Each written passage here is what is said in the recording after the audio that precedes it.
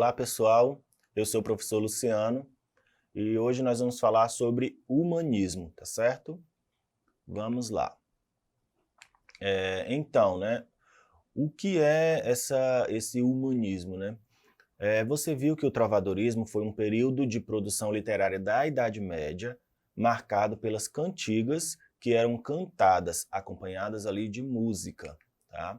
Então, da cantiga para a poesia palaciana. Depois de um tempo, as cantigas deixaram de existir e foram substituídas por poesias mais elaboradas, que deixaram de ser cantadas e passaram a ser escritas.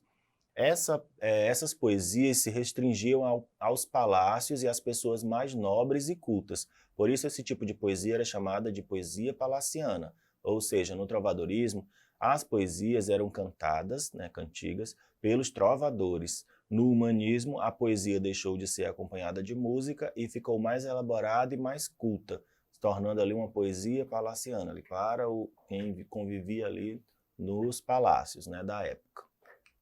Então, esse período ali de transição entre uma escola e outra, né? O humanismo também é um período da história da literatura portuguesa, situado entre a Idade Média e a Idade Moderna, ali onde vem o Renascimento. O que vemos aqui é um momento onde o ser humano procura se valorizar mais, ou seja, o teocentrismo, Deus no centro de tudo, e o domínio da Igreja Católica são substituídos pelo antropocentrismo, o homem no centro de tudo.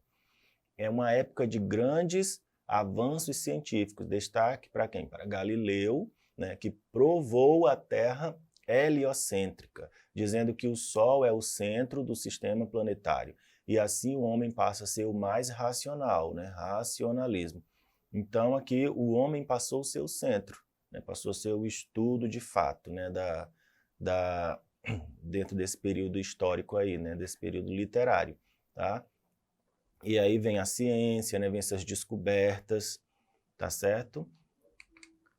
E tipos de textos, escrito ali naquele período, tá? Nós temos poesia palaciana, poesia lírica, como nós já vimos, é uma poesia mais elaborada do que as cantigas dos trovadorismo, na época do trovadorismo.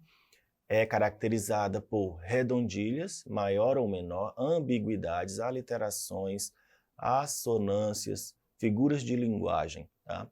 A visão da mulher continua sendo idealizada, porém existe mais sensualidade e intimidade. Os sentimentos do eu lírico são mais aprofundados aqui, tá certo? Então eles usam ali vários elementos linguísticos, vários elementos da linguagem para enriquecer o texto dele. Tá? A mulher ali continua sendo idealizada, distante, só que o eu lírico aqui eles são mais profundos, mais aprofundados ali dentro daquele texto. Crônicas de Fernão Lopes, também escrito em prosa. Nós temos ali os textos de poesia e nós também temos a prosa, que são os textos divididos em parágrafos. Crônicas que relatam os acontecimentos históricos de Portugal. Nós temos Fernão Lopes soube conciliar os fatos históricos, as técnicas da narração com qualidade literária. Suas principais obras foram Crônica del Rei, Dom Pedro, Crônica del Rei, Dom Fernando e Crônica del Rei, Dom João I.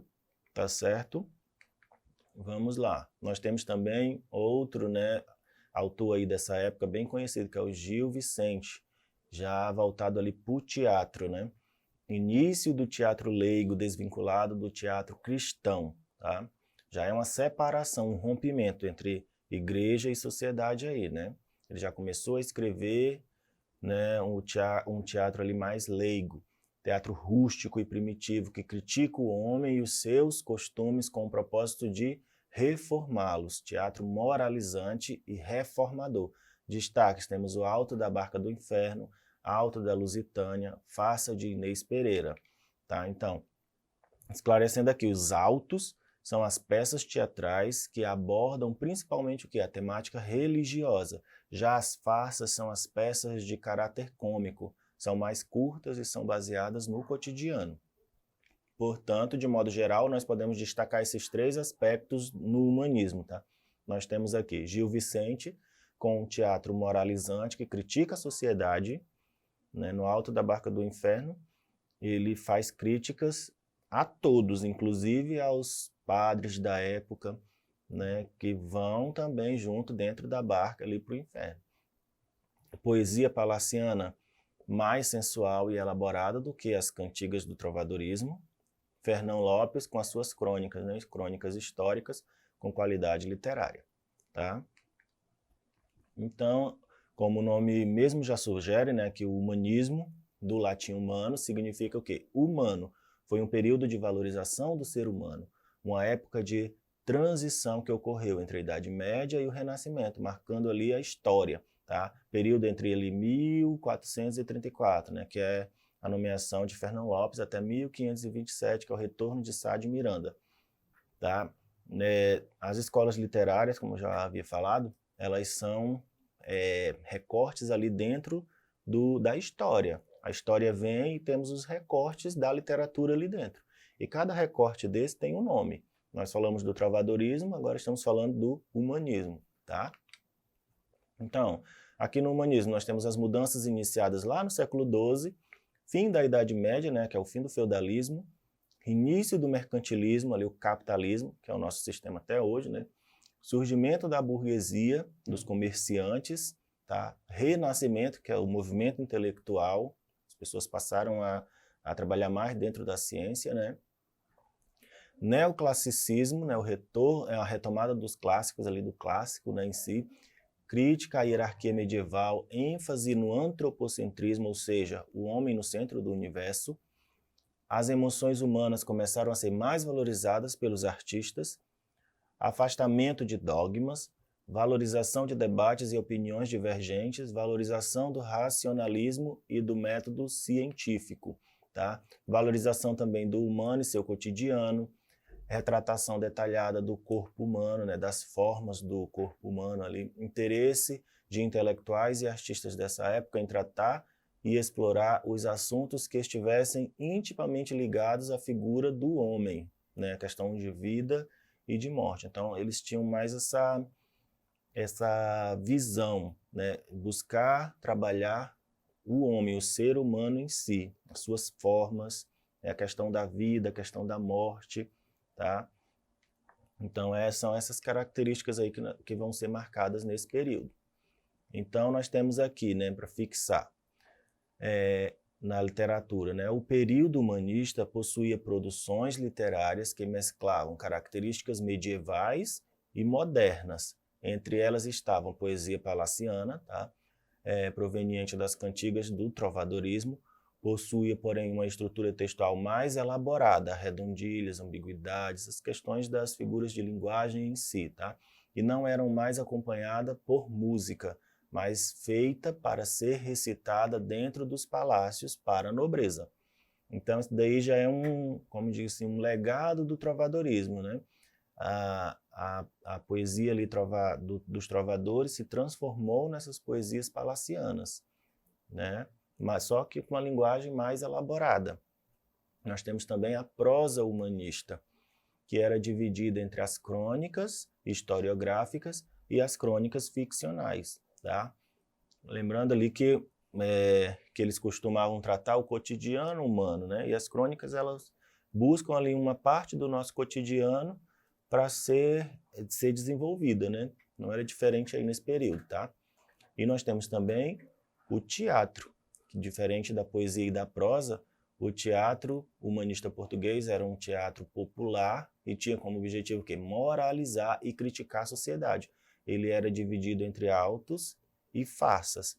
Então, o teatro ele já vinha com uma questão para moralizar mesmo, mostrar ali o que ele via de errado ali dentro da sociedade, de qualquer um, por mais que a igreja dominasse, né, de alguma forma eles também criticavam a igreja ali em si. Se era os reis da época, também haviam crítica para os reis da época. A sociedade em geral também era criticada, entrava nesse contexto aí. Tá? Então nós temos bem essa divisão de literária, né, dentro aí desse período humanista, tá bom? Então vamos aqui para o nosso exercitando. Ó. A imagem do homem vitruviano, que é aquele homem lá de braços abertos, né, bem dividido, né, é uma representação elaborada no final do século XV por Leonardo da Vinci e exprime o antropocentrismo e a harmonia das formas que caracterizaram as obras artísticas do período renascentista. Sobre o Renascimento, não é correto afirmar o que, né? Vamos ver aqui. Um dos seus principais fundamentos intelectuais foi o humanismo, concepção segundo o qual o homem deveria ser valorizado como o epicentro do mundo e da história, como havia ocorrido na antiguidade clássica. O estudo do homem e da natureza nesse período fundamentava-se no espírito crítico, o que possibilitou o desenvolvimento do pensamento científico, como se comprova na defesa da teoria heliocêntrica por Nicolau de Causa e Nicolau Copérnico. Os homens da época tenderam a valorizar a população artística e intelectual das civilizações do Oriente Médio, especialmente a egípcia e a mesopotâmica, pela conexão que estas guardavam com a história hebraica descrita na Bíblia. Um dos seus maiores expoentes foi Leonardo da Vinci, um modelo do intelectual renascentista, pelo fato de se ter dedicado a múltiplas áreas do conhecimento, como, por exemplo, a anatomia, a física e a botânica, além de a pintura. O termo renascimento aí designa uma modalidade de expressão intelectual urbana e burguesa originária da Península Itálica, que se constituiu ali a partir do sincretismo entre a cultura clássica e a tradição judaico-cristã. E então, né, essa imagem aí do homem vitoriano é uma representação elaborada ali pelo final. Para representar o quê? Vamos ver. Os homens da época, a resposta certa é essa, né? Os homens da época, eles tenderam a valorizar o quê? A produção artística e intelectual das civilizações do Oriente Médio, especialmente a egípcia e a mesopotâmica, pela conexão que estas guardavam com a história hebraica descrita ali na Bíblia. Tá? Então, os elementos da cultura egípcia e mesopotâmica não tiveram assim, impacto sobre os intelectuais do humanismo. As culturas grega e romana, seguidas da cultura cristã ocidental, é que tiveram realmente um impacto decisivo sobre o humanismo, tá certo? Então, a cultura grega e a romana foi que preponderou ali dentro daquele regime. Porque nós sabemos que dentro do humanismo aqui, desse renascimento, né, da literatura, da sociedade em si, eles valorizavam o quê? O homem, né? O homem como centro ali. Então, a cultura grega ela tem bastante isso, a cultura romana também. Quando a gente vê produções artísticas, a gente percebe que eles são sempre bem encorpados, né? O corpo deles são bem definidos. Então, tem essa questão de embelezamento do homem também, né? Da sociedade em si, tá certo? Por isso que essas culturas, elas influenciaram bem ali dentro do humanismo, tá certo? Não a mesopotâmica, como ele quis colocar ali, nem a egípcia, e sim a grega e a romana, tá? Eles trouxeram aí suas características desse período para dentro das obras humanistas, tá bom?